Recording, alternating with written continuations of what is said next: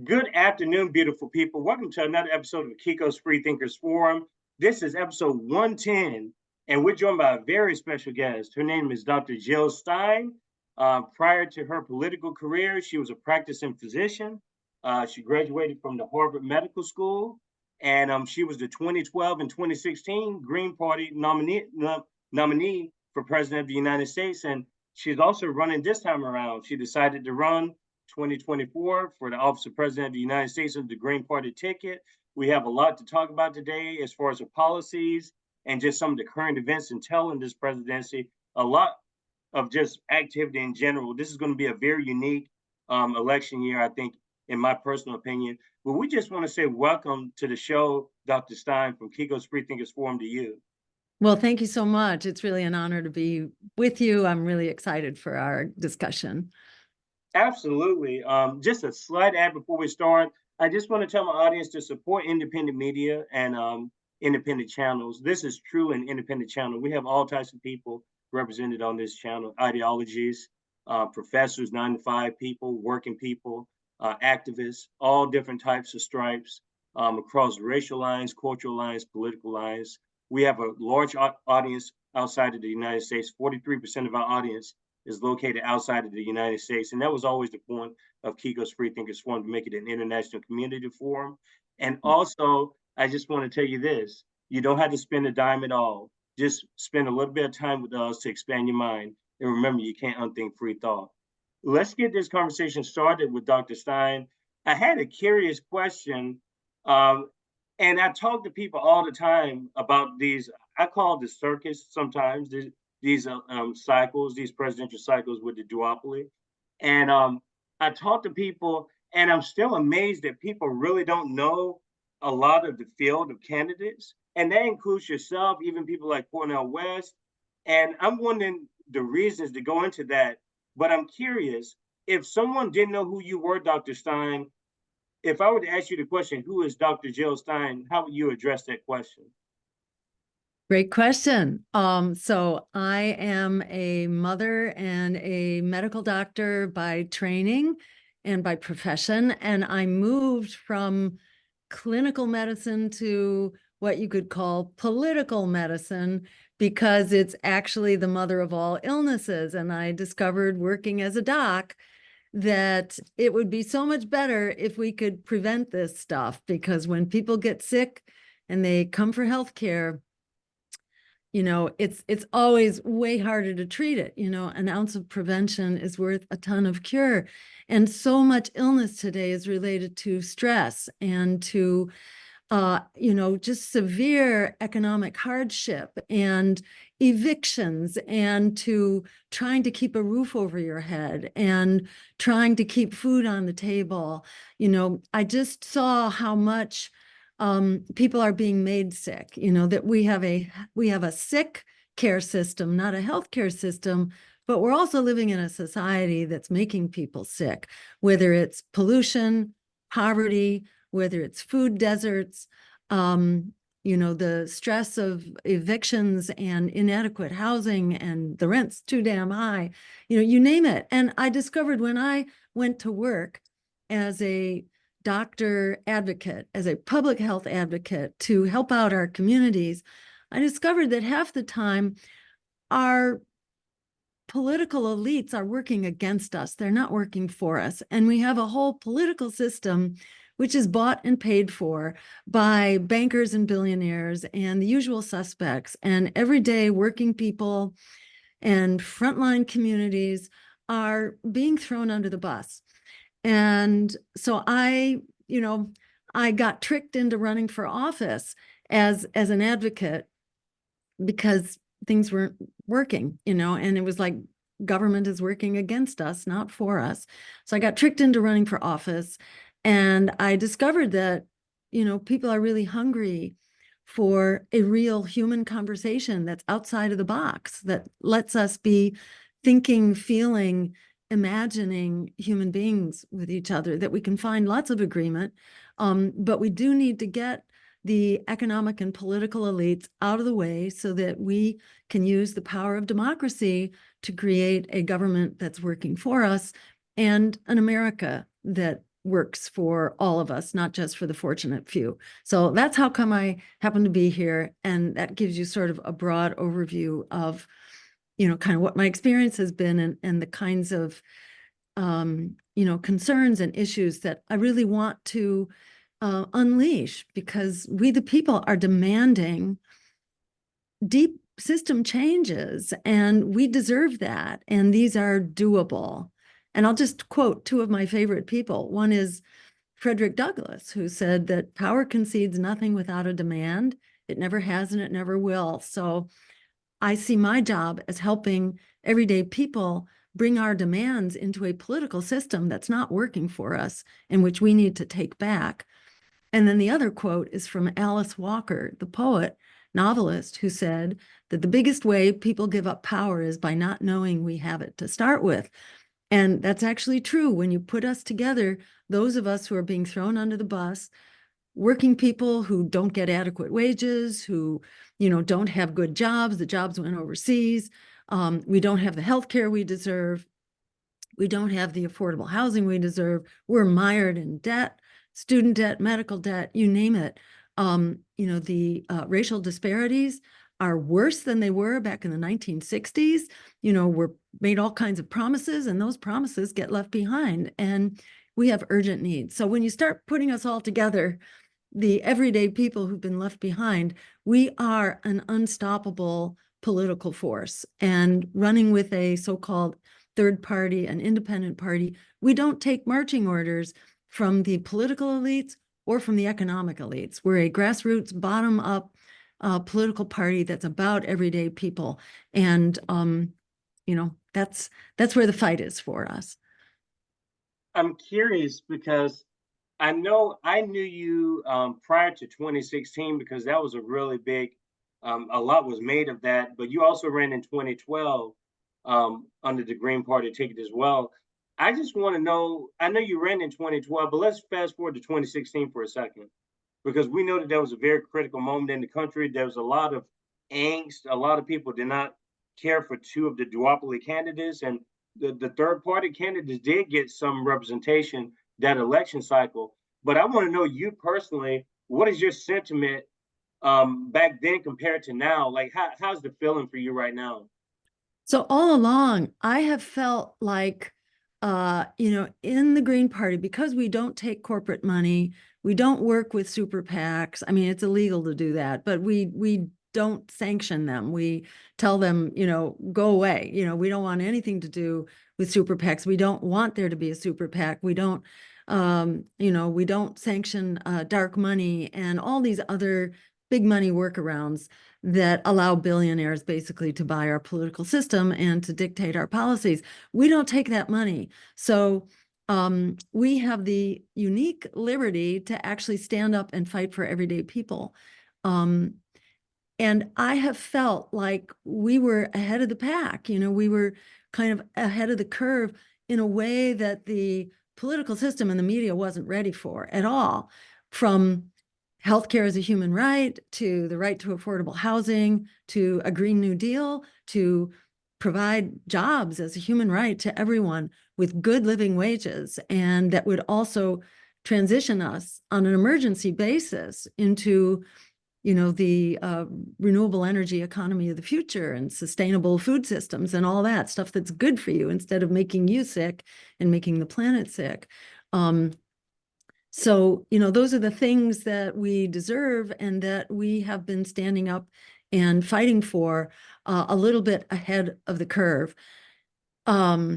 Reparations, we introduced reparations in 2012, actually. And that was, like a jolt to the system. But now, now it's like understood, it's common knowledge. Well, of course, this is an unpaid debt that needs to get repaid. Or getting rid of student debt, abolishing student debt. We bailed out the crooks that crashed the economy, the bankers, we bailed them out, not we, but Congress, against public opinion. Congress went ahead and bailed out the bankers to the tune of trillions of dollars and threw out the homeowners, millions of homeowners. So we object to that, and we have been calling for bailing out the students, bailing out everyday people. If you bailed out the crooks on Wall Street, the least you got to do is bail people out of their medical debt, bail them out of their student debt. You know, these are unjust debts that people shouldn't be saddled with for their whole lives.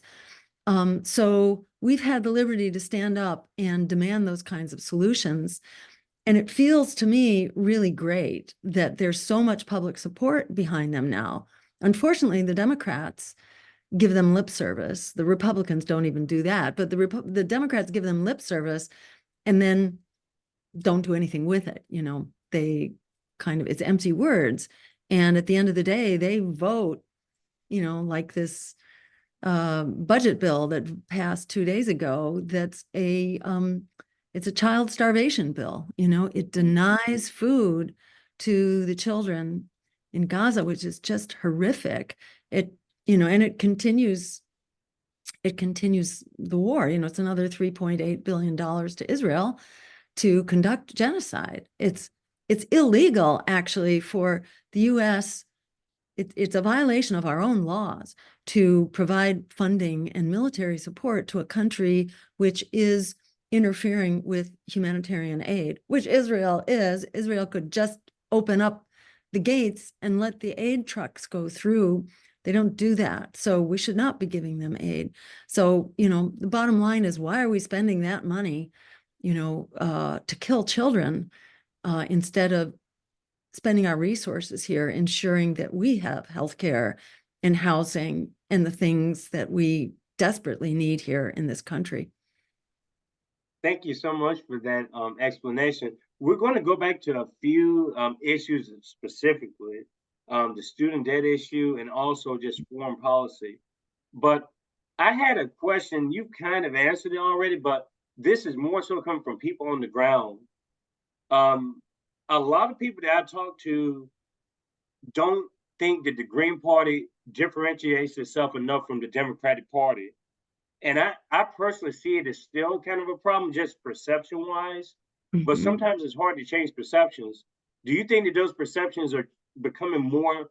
Do you feel like the Green Party is becoming more strong in identifying itself as within its policies, differentiating itself in the Democratic Party? Because I get a lot of that from people. It's almost like Democratic Party light. Like, I hear this all the time. What would be your response to that? Well, the Democratic Party actually adopted our policies. You know, we introduced Medicare for all, healthcare is a human right. We introduced reparations. We called for free public higher education and canceling student debt. So it's the Democrats who've actually adopted our policies, but then they don't carry them through. And reliably, you can be sure they will give lip service to the policies until they have the power to implement them. And then they suddenly discover reasons not to implement them. That's because they're really a fraud. You know, they are all about misleading people, about trying to buy your allegiance. But at the end of the day, their allegiance is owed to their corporate donors. They take that money, and at the end of the day, that's who they serve. And there's no question about it, you know, both from like everyday experience out in the street to just mountains of academic studies that really show it's the big campaign contributors who dictate policy. I mean, why is it, you know, and it's Joe Biden and the Democrats who've been leading the charge on the genocide in Israel. This wouldn't be happening if they weren't giving it diplomatic cover and if they weren't funding it. Ronald Reagan, to his credit, picked up the phone and he called the president of Israel, Menachem Begin, I think at the time in the 1980s, and said, Israel, you got to get out of Lebanon. Enough of that war. Bring your troops home. He just said it, and then Israel did it. Biden could do that right now. He shouldn't be taking marching orders from Israel. It should be the other way around because we're paying their military budget. So he has, you know, 80% of the weapons that are used right now. The genocide would collapse immediately if the U.S. weren't giving diplomatic cover and financing and providing the weapons. So it's outrageous. And I think what's going on in Gaza right now, it's like the tip of the iceberg. It's not the only unjust war. You know, long before Gaza, you know, we just killed 1 million people in Iraq for weapons of mass destruction that did not exist. The Greens were screaming, not to go forward on this war, this horribly unjust war. Same in Ukraine, because Russia basically made very clear what they wanted was neutrality from Ukraine, in the same way that Austria was neutral after the Second World War. Austria was there as a neutral buffer, and that's what Russia was asking for Ukraine. And the war could have been completely avoided. And then when they were negotiating a solution to the war and a resolution and a peace treaty that was very close to being signed, this was under the auspices of Turkey, just 2 months after the war broke out. It could have all been put to rest, but the US and the UK didn't want that. We wanted to use Ukrainian bodies to basically harass Russia. Barack Obama knew better than to get embroiled in this war. He refused because he said that's their border. In the same way that we protected our border when Russia wanted to move nuclear missiles to Cuba, we said, no way. We had the nuclear weapons in the air, but they luckily had the good sense to negotiate. The US won't negotiate. Russia has been trying to negotiate, but we protected our border in the same way that Russia is trying to protect their border, simply by preventing nuclear compatible missiles from being placed there. That's why they wanted neutrality. Now, 2 years down the line and hundreds of thousands of deaths that all could have been avoided, Russia's still going to win this war, and Ukraine is totally out of steam. Even if the US throws another $100 billion, which should be thrown to Americans, not, we have glaring, serious, deadly problems here that need to be addressed. How is it that we can just dredge up hundreds of billions of dollars in the blink of the eye and nobody ever says, where's that money going to come from? How about child poverty, which has doubled, in this country since the COVID support system fell through? Child poverty has doubled. We have urgent, desperate needs right here that are not being met. And we have been driving these wars. So it's another case in point. Here we are very different from the Democratic Party. We believe in peace, that war should be the last resort, that our foreign policy should be based on international law and human rights and diplomacy. When it's pure exercise of power, what we get are exactly what we've been getting, failed states, to look at Libya or Iraq for that matter, mass refugee migrations, which are ongoing, and they all tie back to US disasters, whether we had a war or we overthrew their government, like in Haiti. Why do we have all these Haitian refugees? Because we've been in the business of overthrowing their democratically elected government for a long time, and then inflicting corporate policies on them, driving their minimum wages down, which was done by Hillary Clinton. After we overthrew Aristide, Hillary Clinton went to Haiti and overturned their referendum to raise the minimum wage from 31 cents an hour to 61 cents an hour. She drove it back down in order to preserve the profits of Levi's. This is why a money-driven political system is just deadly. It's why it is the mother of all illnesses. It's why we can't solve, our critical problems abroad and here at home. They are tied. These are two sides of the same coin. As Martin Luther King said, we have a triple evil of militarism, racism, and extreme materialism, aka end-stage capitalism, where profit is the name of the game, not people. Those three things go together. Our domestic policy and our foreign policy really go hand in hand, and they're all being driven by, by the foxes who are running the chicken coop here. And we're all being thrown under the bus. This is not a world that works for any of us. It's not an America that works for any of us. And we do have critical mass right now. And I think the name of the game is for us to stand up, with the principles of Frederick Douglass, that it's not going to change unless we make that demand. That's what independent third parties are about. And all the nonsense, all the propaganda that we hear from the Democratic Party, trying to, fuzzy up who the Green Party is and what our campaigns are about. They were all about trying to accuse me of being a Russian asset, which was complete BS. I was investigated for 3 years by the Senate Intelligence Committee that found absolutely nothing there to uphold that accusation. I was completely exonerated. But, this is what they rely on: smears and dirty tricks. And they've actually announced, the DNC announced that they are going to have an army of lawyers basically to try to run their dirty tricks to try to hold us back. But they're not holding us back. It's the American people that they're holding back. And the American people are not going to sit this taking down anymore. To look at Michigan, for example, in their primary, you have these big abandoned Biden votes or uncommitted votes. But beyond that, half the voters for the Democratic primary did not turn out. Half of the people who came out in 2020 didn't come out for the recent primary. And that tells you right there, the Democrats, they've lost. They've lost because they've abandoned their base. That's the problem. It's not third parties. It's not candidates like me who are actually meeting public need. They're doing their best to try to, suppress political opposition, which is really hungry for alternatives that we can be for, not just candidates that we're voting against. You vote against who you hate the most. That doesn't move us forward as a democracy. We need a moral compass. We need a pathway forward. We need a vision forward, and that's what we're about here in the Green Party. And this election is like the perfect storm to make that happen, because so many people are just done being thrown under the bus by politics as usual.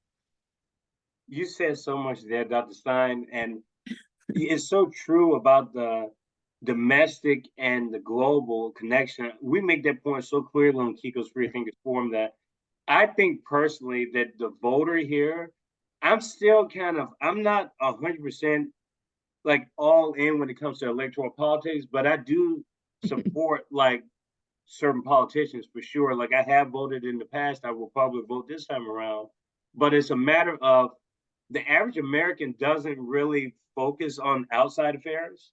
Like most people wouldn't be able to point the countries on the map. And it's not to say that people can't learn, it's just simply, I don't know if it's a symptom of the education system.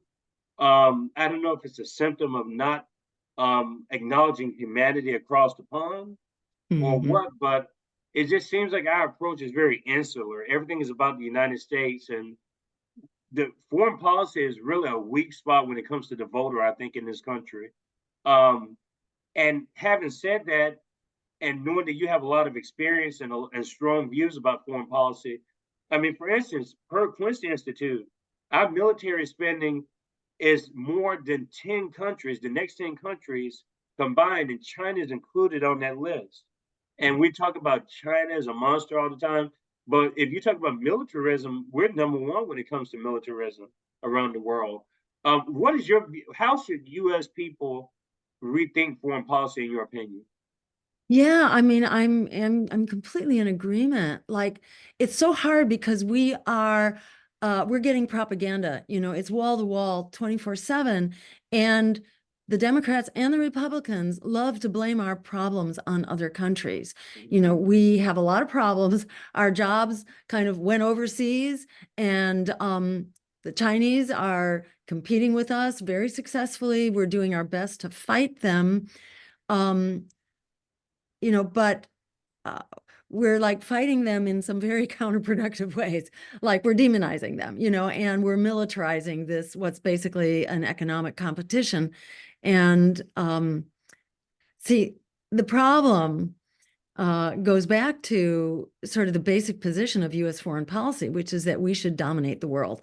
And our military policy has stated that in no uncertain terms. Starting with the breakup of the old Soviet Union, we developed a policy which was called full spectrum dominance. And it's the idea that we should dominate all military and economic spheres all over the world. We are the one dominant player, and we will oppose and suppress and fight, if need be, any competitor and prevent the rise of any other country. We're approaching this like the bully in the schoolyard. We're approaching this like, a lot of, what can I say, competitive older white guys, who are used to dominating things. And it's like the worst of racism and sexism and, just every ism out there. They are trying to be number one and the bully in the schoolyard. This is kind of like an adolescent mentality. These are guys who never grew up, in my view, who never learned to be a part of the community. At the end of the day, there's a village here and we are more dependent than ever on that village. And, some of us just know that in our bones, we don't have to learn it. But there are some elites basically who've been protected from that. And they think that, every man is an island and they can totally own the world. And they think that they do. So in my mind, this is like mind-boggling that other countries are treated in ways that we would never treat people. We overthrow democracies, we exploit their resources, we lie, we cheat, we steal.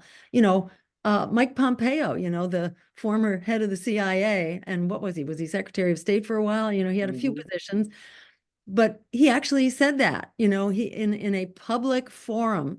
I think it was in one of the universities of Texas. It's on YouTube. In fact, it's hysterical to hear him declaring that in the CIA, he says, our motto is, we don't lie, cheat, or steal, but ha, ha, ha, we had whole courses in how to do all of that. He joked, but it's no joke. The CIA was really the leading edge in the US policies of foreign interference. We overthrow governments, covertly.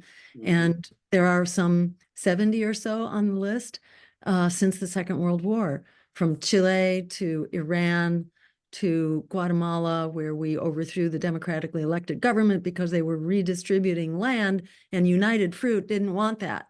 So, bring in the US, secret forces, and we overthrow governments. I mean, we did the same thing in Chile, overthrowing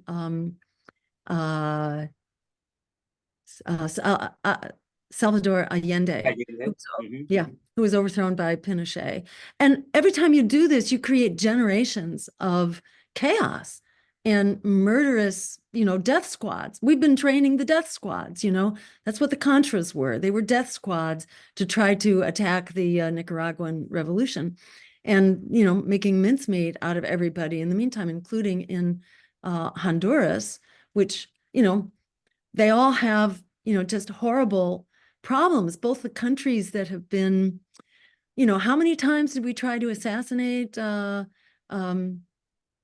Fidel Castro? Oh, yeah. More than you can count. And that's what forces countries to become authoritarian, when you have foreign nations that are trying to assassinate your leadership over and over again. It doesn't produce democracy, at all. That's like a joke. So we have a very wrong-headed foreign policy, and it's been a disaster. But I think we now have independent media, and we have the internet, and word is out now. As Martin Luther King said, my country is the greatest purveyor of violence in the world today. That was back in the 60s. It's still true. It's probably even more true than it was then. This is a disaster. It is destroying the world. It is impoverishing us here at home. And it's also endangering us, because these wars and, these very hostile relationships with the rest of the world really poison our public image. So it becomes dangerous for Americans to be in many of these countries. It becomes dangerous for anybody to be in many of these countries, because we've created such chaos. And we are, the leading disruptor of nuclear treaties, and very much responsible for the current proliferation of nuclear weapons. We're about to start exporting nuclear power plants right now, which become, because we want to build them. We want the market. Well, great. So we're basically providing the plutonium as the byproduct of these nuclear plants that can then allow nuclear weapons to limitly proliferate, when there's actually a global treaty right now that makes that illegal. We should be supporting that treaty. We should be in the business of building and supporting and strengthening international law, not in the business of tearing it down, which is what we've been doing. It's a disaster. We're going to need that international law, because we're not top dog anymore. So we're going to start needing, fair rules of play here. We need that structure because we're no longer calling the shots. I don't know if you got the news today, because I know you've been doing interviews and stuff, but the UN agreed with the ceasefire. Um, that happened, I think, about 4 hours ago. Oh, And wow. obviously, and the US was like the only nation that basically didn't sign on with the rest of the countries. But I guess my question is this something that is actually sustainable, or can Israel basically just continue to do whatever it wants like it's been doing? Like, what does this even mean in the scheme of things? Yes, I mean, and what the one headline I saw was something like that the US abstained for the Mm-hmm. first time, and we allowed the rest of the world, and I think this was on the Security Council, where Mm-hmm. we've been vetoing ceasefire. So this is a really exciting development. What it will come to, I don't know, because it will then need some enforcement. What's the enforcement? We've been calling for sanctions. I mean, not only that the US needs to stop funding it, to comply with international law, we have to do that. To comply with the ruling of the International Court, which found that Israel was conducting plausible genocide. What does that mean? That means it's probably genocide, but you can't prove it until years after the fact, till you have all the evidence. So this is as definitive a ruling by the United Nations and by the World Court, specifically by the court. This was as definitive a ruling as the court could come up with, that this is genocide. And when you have a plausible genocide, it then becomes the responsibility of all nations to take all reasonable measures to stop the conduct of that genocide. So that means to comply with the ruling of the International Court, we have to stop funding it. So we should be doing that now that there's a UN ruling. I mean, it would be great, but there you have Congress 2 days ago passing this child starvation bill that gives another $3.8 billion to Israel, and you have Congress waiting to pass another 17 billion. This is why, in my view, what we are doing here right now on this program, and by helping to educate people and helping to block the conduct of this genocide and block our leadership, Congress and the White House, to stop them. People who are bird dogging them, who are blocking the roads, who are, trying to interfere with the weapons shipments. I mean, this is all really critical. This is all about complying with international law and the rule of the International Court.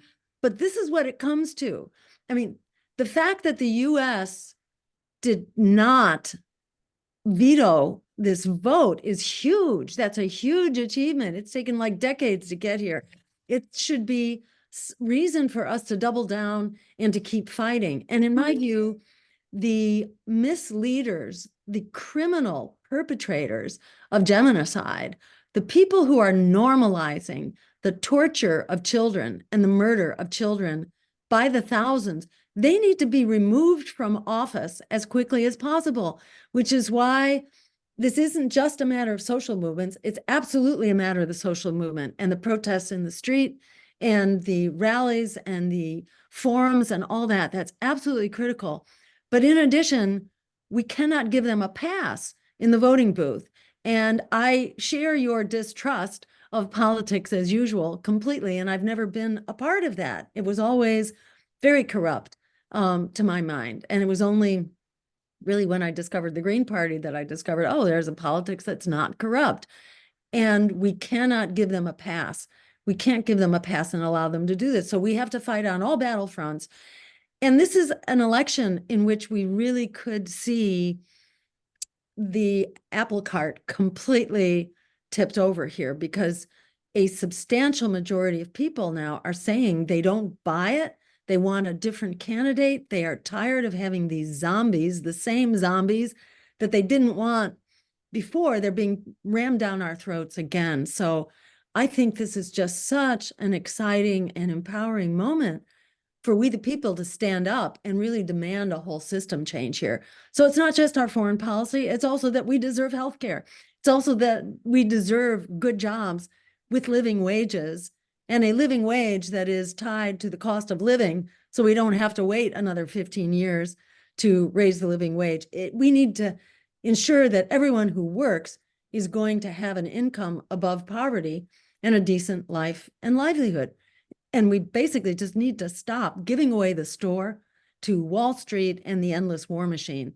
And there will be plenty to go around if we have elected officials who are serving the public interest and not just there to promote corporate profits.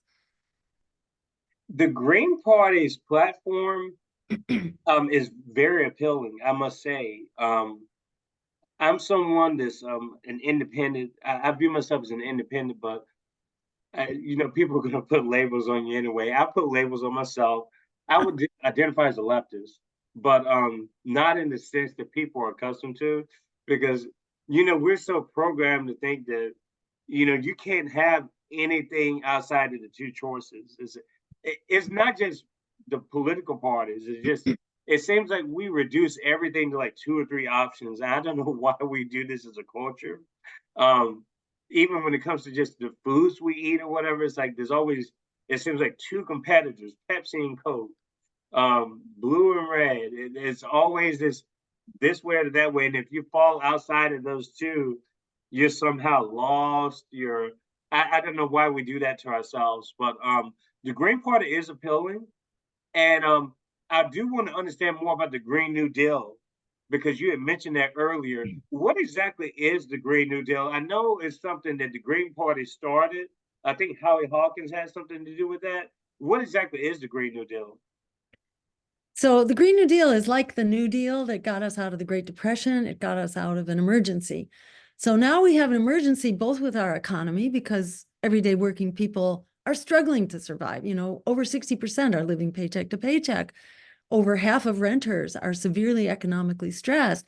The rates of homelessness and evictions are really high. They're up there. They're really, I know homelessness is at a record all-time high.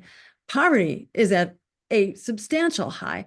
So we have all these critical emergency problems related to the economy. And then we have emergency problems, really a catastrophe with the climate. And that's a ticking time bomb, because it's really hard to turn the clock back, because the deeper you get into climate change, the more trouble you get into, and you can't just turn it back. It could take centuries or millennia to turn it back.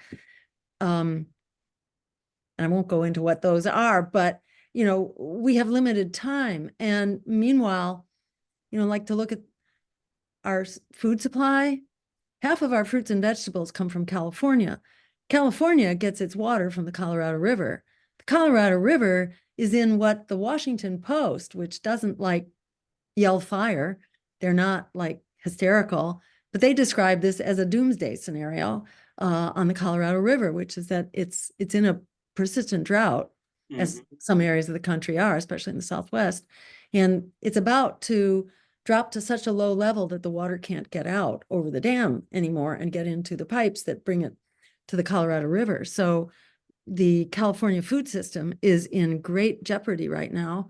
Lots of the country is experiencing floods and droughts and severe heat waves, and and then we have sea level rise and certain major ice sheets that are in the process of breaking up right now and may greatly accelerate sea level rise, which will be a disaster for coastal areas, including Florida and and Manhattan, and a lot of places like that around the globe. Pakistan, 1/3 of Pakistan went underwater with a recent flood, and what is it, 20, 30 million people, had to get up and move. I mean, this is a disaster. It's a disaster globally. It's a disaster right here in the US of A as well.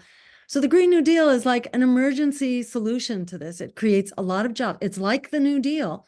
It's a job creation program, but it creates jobs that are going to transition us justly and on an emergency basis to a clean energy economy, a sustainable food system, which is not the corporate food system. It's more sustainable. It's more amenable to small farmers and family farms who've been just decimated by the corporate takeover of our food system.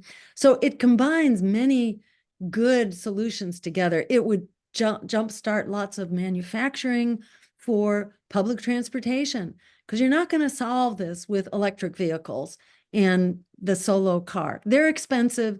They require expensive minerals. And, you know, it's not a quick fix. And the solutions that Biden is putting forward, these are really false solutions, I have to say, and they don't solve the problem. You know, and he won't actually even talk about cutting back on fossil fuels. He just talks about the same thing Obama did, you know, all of the above. Let's just build more renewable energy and more fossil fuel energy. But nature doesn't care about renewables. Nature cares, and the climate cares about fossil fuels. So if you want to solve the climate crisis, you have to take the fossil fuels out. You have to replace them. So at any rate, the Green New Deal provides the jobs and kind of a coordinated approach, including inner city high-speed rail, or I should say inner city light rail. And then between cities, you have this high-speed rail, rather than going in airplanes, which are, you know, nowadays it takes about as long to fly somewhere as to drive. I mean, I just came back from this 21 city tour over 3 weeks. And after a while, we just stopped flying and we just would drive 6 or 8 hours instead, because by the time you wait for 2 hours at the airport, you know, and then you rent a car and you stand in line for 2 hours to rent a car, you know, and then the same thing on the other end, it's just as time efficient. So how about we have some trains, you know, how about we have high-speed rail, which is very energy efficient. It also takes the wear and tear off of our highway system. We ship heavy stuff right now, you know, by trucks, and it should be going, our commerce should be going by train, which is way more energy efficient. So we got a lot of building to do, and it's sustainable. It uses our energy and our material resources in a sustainable and just way. It pays good wages. Good wages have to be built into this. You know, we have to ensure that farmers also have secure good wages to jumpstart a transition in our food system. We need healthy food. Right now, we have crap because bad food basically gets subsidized, and it's really bad for us and it's bad for the planet. So we can do this right. It's all put together in this Green New Deal emergency program, which we need to implement. And on day one, we could begin by simply, day one in a Stein administration, we would begin by declaring the climate emergency. That would both enable us to shut down new fossil fuel infrastructure, especially along the coast, which is where Joe Biden wants to build 22 new liquid natural gas export facilities that are very destructive. You know, this is all happening in communities of color and on indigenous lands. It pollutes their water supply, which is also our water supply, you know, but it's the vulnerable communities who are on the front lines here of fossil fuel expansion. And the LNG, liquid natural gas plants, these 22 that the Biden administration is kind of ramming through, that is, you know, we would bring that to a halt, basically. And we can do that with the emergency authority that the president had. So by declaring a climate emergency, we can shut down these very destructive, harmful, you know, developments that really hurt communities of color, especially, but they're also very destructive to the oceans and to the whole ecosystem of the coasts, which are very important. We can do all that by declaring a climate emergency, and we unleash hundreds of billions of dollars that can be used then to start creating these jobs, to put people to work. So we don't want to throw fossil fuel workers or nuclear workers, for that matter, out of work. We want to transition them like seamlessly into good jobs, either in renewable energy or ecosystem restoration. And then also part of the Green New Deal is also social jobs. We need healthcare workers, we need home care workers, we need daycare workers, you know, we need teachers and nurses and all that. So there's a lot that we need. The Green New Deal is a comprehensive program to sort of meet our critical emergency needs at the same time that we revive the economy like the New Deal did, getting us out of the Great Depression. It would also transition us back into a productive economy, because right now we are a financialized economy that basically relies on charging rent, charging rent and extracting money from working people. We need an actual productive economy that's productive in a sustainable way, so we can continue to have, or rather, we can reclaim our right to clean air and clean water and a healthy food system and the things that we need to survive and thrive. These actually are within our reach if we have a government that's working for us, not against us. And unfortunately, we have two political parties which are bought and paid for by the economic elites. And we need to basically put an end to that.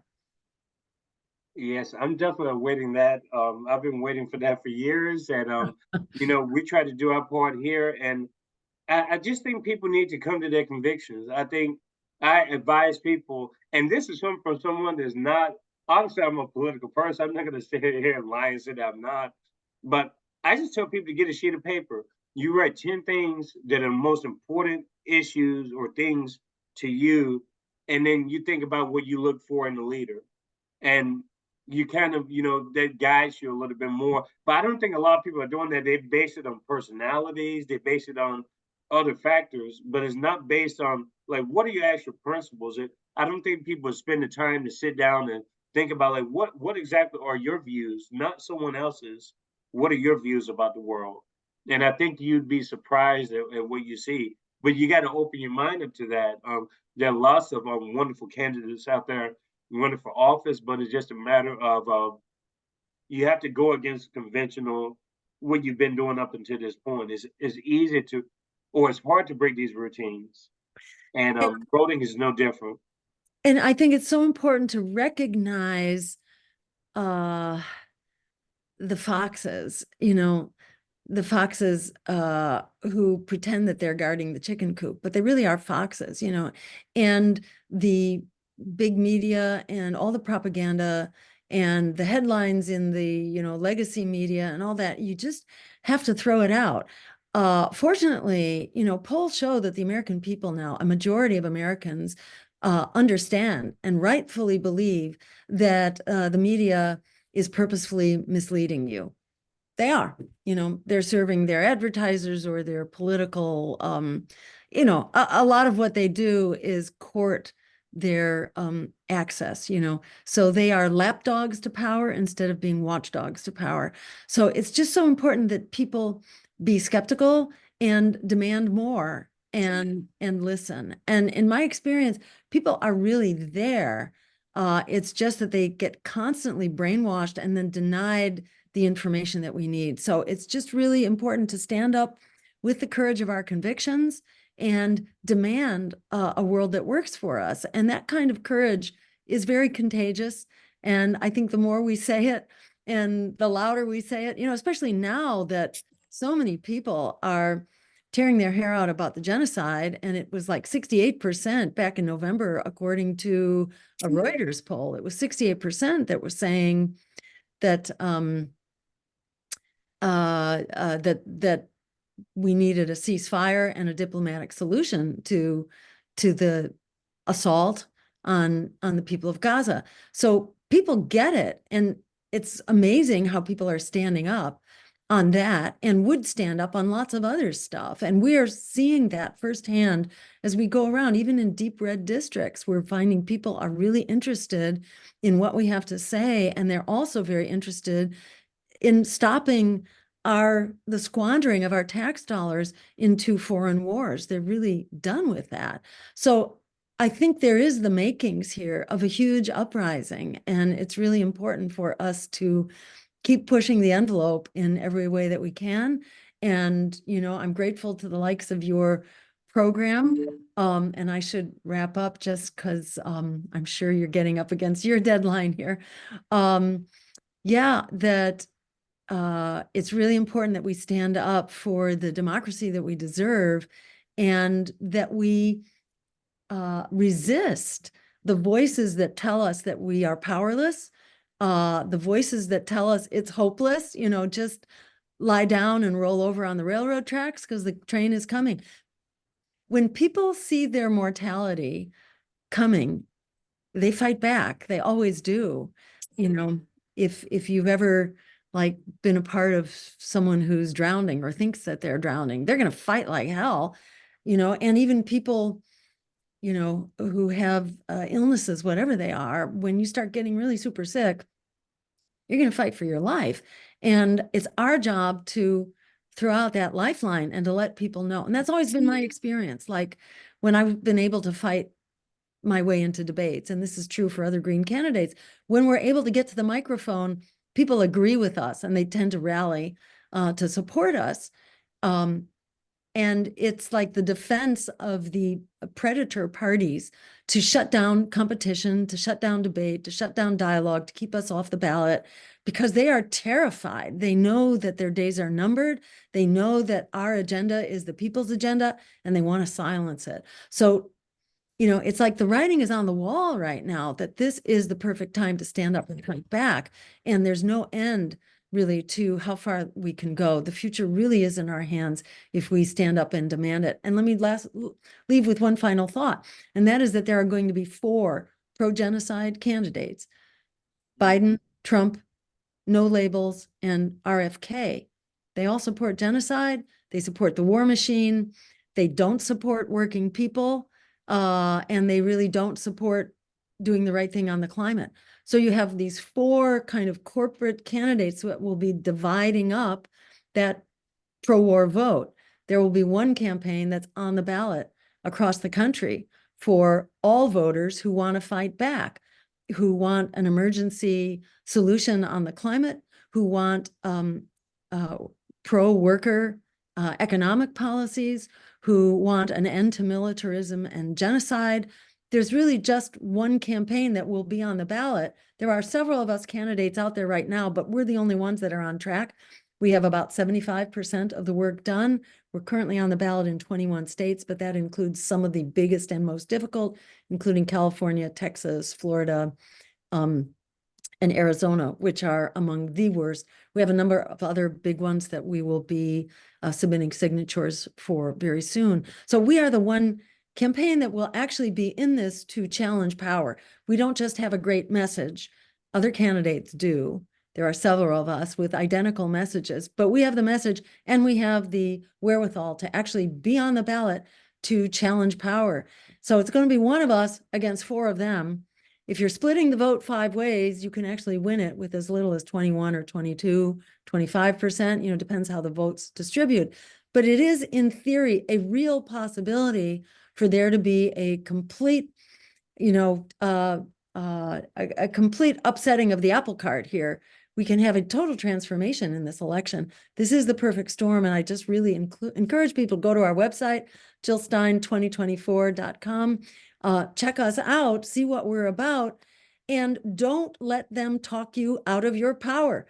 Above all, we are the ones we've been waiting for. If we don't stand up and demand the healthcare and the housing and the schools and the education and the debt-free future that we deserve, that's entirely doable, if we don't demand it, it's not going to happen. But if we demand it, as the as our ambassador just showed us in the UN, if we raise holy hell, we're going to make it impossible for them to resist us. We are an unstoppable force.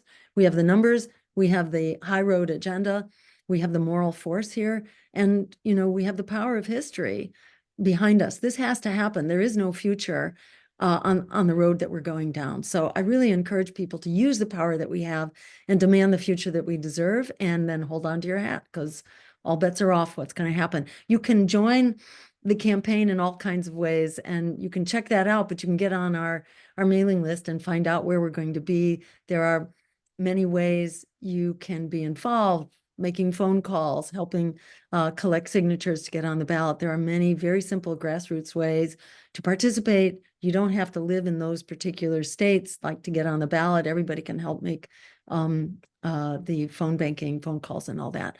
So this is a grassroots movement. This is about us. We have the power. Let's use it. Thanks so much. Mr. Stein, I appreciate you. Your closing statement included the questions that I want to ask about the ballot. It's like we're reading each other's minds. I guess so. Honestly, we love to have you back on. There's a lot more we could have talked about, but I was really happy with what we did discuss in this amount of time. And I just want to encourage people to go to your website. We're going to link all your information in the episode description. This was a wonderful episode 110 with Dr. Jill Stein running under the Green Party ticket for office of the President of the United States. Next on deck, we have another Green candidate running for Senate in New Jersey, Christina Amir Khalil. And so we're going to have her on this weekend. And so we needed more Green Party representation on the show. I was like, wow, we don't have hardly any people from the Green Party. We've had Jasmine Sherman on, but we don't really have a lot of Greens other than that. But it was great to have this conversation with you today. And beautiful people, enjoy the rest of your day. And remember to subscribe for free. It doesn't cost you a dime, just a little bit of time to expand your mind. And remember, you can't unthink free thought. Enjoy the rest of your day. Cheers. Thank you. Great talking with you. Look forward to the next one.